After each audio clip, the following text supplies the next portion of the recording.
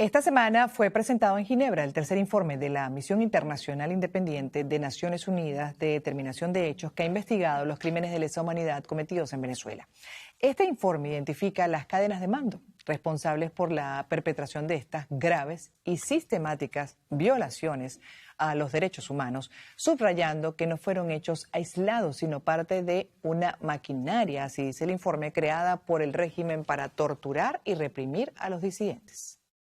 The mission's investigations show that the acts of violence documented were not conducted by random and unconnected individuals acting alone within Sabin and Dejecim. Instead, Dejecim and Sabin were part of a machinery designed and deployed to execute the government's plan to repress dissent and cement its own grip on power. This plan was orchestrated at the highest political level, led by President Nicolás Maduro and supported by other senior authorities. Como parte de estas cadenas de mando, fueron identificados a la cabeza el propio Nicolás Maduro, señalado por Naciones Unidas de haber orquestado esta maquinaria y de dar instrucciones directas para detener de forma arbitraria a opositores. También Delcy Rodríguez, quien según el informe diariamente recibe informes del Servicio de Inteligencia sobre el espionaje que se realiza en contra de disidentes. Diosdado Cabello, quien desde su programa en televisión ha instruido a quién perseguir y quien además daba órdenes directas al SEBIN y a la DGCIM, según documenta el informe de la Oficina Independiente. También es identificado el director del Servicio Bolivariano de Inteligencia, Gustavo González López. Asimismo, el general de división Iván Hernández Dala, quien dirige la Dirección General de Contrainteligencia Militar. Bajo su mando operan los funcionarios encargados de ejecutar las detenciones arbitrarias y torturas. El informe también revela la existencia de al menos 17 casas clandestinas en Caracas y sus alrededores en las que son llevados los prisioneros para realizarles interrogatorios ilegales y donde son víctimas de tratos crueles, inhumanos, torturas que incluyen violaciones o amenazas de violación, desnudez forzada, tocamientos de los órganos sexuales, descargas eléctricas o golpes en el cuerpo y en particular en los órganos reproductivos, amenazas de mutilación de genitales, asfixias y colgamientos. Todo esto pasa en Venezuela, sí, de acuerdo a este informe. Y para conocer detalles sobre este informe, además la trascendencia que podría tener para que los responsables de estos crímenes sean castigados y sus víctimas resarcidas, nos acompaña Ali Daniels, director de Acceso a la Justicia. ¿Cómo está? Bienvenido. Gracias por estar con nosotros, señor Daniels. Buenas tardes. Muchísimas gracias por la invitación. Gracias a usted por dedicarnos estos minutos para entender la magnitud de este tercer informe, porque, bueno, por supuesto, hay una profunda sensibilidad, se percibe de parte del gobierno de Maduro cuando surge este tipo de información, inmediatamente se ponen a la defensiva y buscan desacreditarlo. E incluso a lo interno, los medios deben cuidarse mucho de cómo manejan este tipo de información, su contenido, cuando además ya se hace mención concreta a figuras como Maduro, Delcy Rodríguez, Diosdado Cabello, Tarek El Aizami. Esa sería la cadena de mando. Igual, con usted como especialista, pues queremos justamente abordar la magnitud, la importancia y la trascendencia de este tercer informe. Sí, este informe es muy importante, más allá de los horrores que ahí se describen, que son situaciones realmente terribles y que además describen cosas que desconocíamos, son métodos de tortura que realmente no teníamos conocimiento, de hecho acepciones nuevas, palabras ya conocidas, como señorita, por ejemplo, cosas realmente que estremecen a cualquier persona que respete la dignidad humana y que crea en el respeto a la persona, ¿no? Uh-huh. Entonces, en este sentido, más allá de esta descripción de horrores, el informe tiene un elemento muy importante a los efectos de la justicia penal internacional. ¿Cuál es ese elemento? Que describe un mecanismo, y utilizo la palabra mecanismo a propósito, es decir, un mecanismo implica la conjugación de varios elementos para que se dé un movimiento, para que se genere algún tipo de acción conjunta a partir de ese mecanismo. Y en este sentido, el informe describe cómo los funcionarios que realizan esas atrocidades son reclutados, son formados, cómo trabajan, incluso señalan hasta los turnos en los que trabajan, cuáles son las modalidades que hacen que se puedan normalizar este tipo de acciones tan terribles. ¿Cómo es posible que un ser humano pueda infringir semejante dolor a otro ser humano y verlo como algo normal? ¿Cómo lograr la lealtad de esas personas?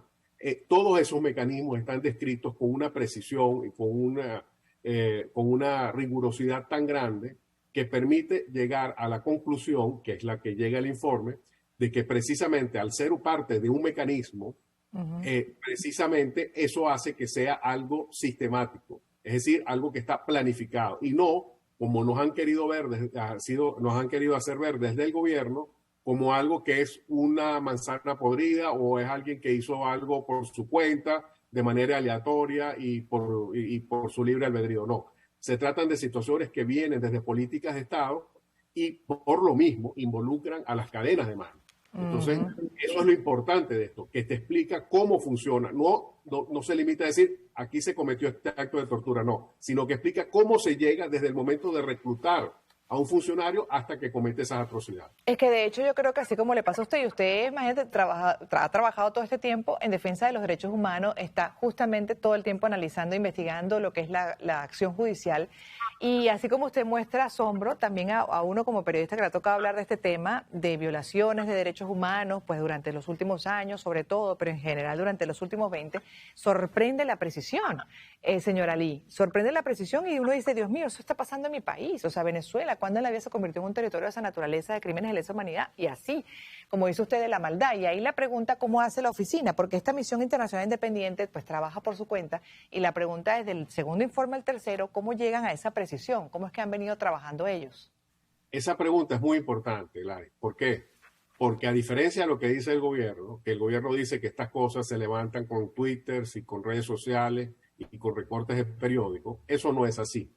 La misión se entrevista directamente con víctimas, con familiares de víctimas, con abogados de víctimas y incluso lo dice el mismo reporte, con exfuncionarios. Y cada uno está debidamente identificado, salvo que por su seguridad tenga que ser utilizado una palabra clave, una especie de nombre para proteger su identidad, pero que a los efectos de un tribunal eso después podría revelarse para que se supiera quién es la fuente de esa información. De modo que este informe tiene esta enorme ventaja de que las fuentes que utiliza son las mismas víctimas e incluso los mismos funcionarios. De hecho, este tema de cómo trabajan los funcionarios que realizan estas atrocidades se sabe, y lo dice el informe, por testimonios de exfuncionarios que dicen, en este caso ocurrió esto, en este caso se hace esto, incluso se dice cuáles son los turnos de trabajo, que son 4 días.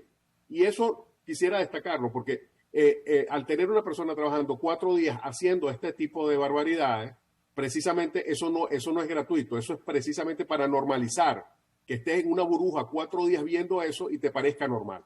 Wow. Vamos a hacer una pausa y de hecho al regreso también queda pendiente entender si este informe corresponde a años anteriores o esto sigue siendo parte de un patrón todavía, solo que la percepción de la gente es que incluso esto ha variado dentro de esa flexibilización que tiene el gobierno, sobre todo en el tema económico, pues pareciera o la interpretación puede ser que también ha flexibilizado esos controles en otras áreas y que no hay, bueno, esa persecución como tal, aunque las ONG están constantemente siendo vigiladas y ha habido acciones en contra de esas organizaciones no gubernamentales que trabajan pro derechos humanos, por cierto, y justamente están siempre acompañando a víctimas o a familiares de víctimas por violaciones de derechos humanos. Antes de ir a la pausa, quiero leerles uno de los testimonios documentados por Naciones Unidas en su informe. Escuchen, un hombre detenido describió cómo los funcionarios de la DGCIN le administraron descargas eléctricas en sus genitales y en los pezones y simularon que iban a violarlo mientras estaba en la parte trasera de un vehículo de la DGCIN, siendo transportado a un sitio desconocido donde luego fue encapuchado, esposado a una litera durante días. Cuesta creer que esto se llama Venezuela, pero no podemos generalizar, obviamente. Aquí hay una relación directa con el sistema que comenzó hace ya un poco más de 20 años, no con el país como tal, y uno como parte de ese país se sorprende de que esto se pudo haber instalado en el tiempo.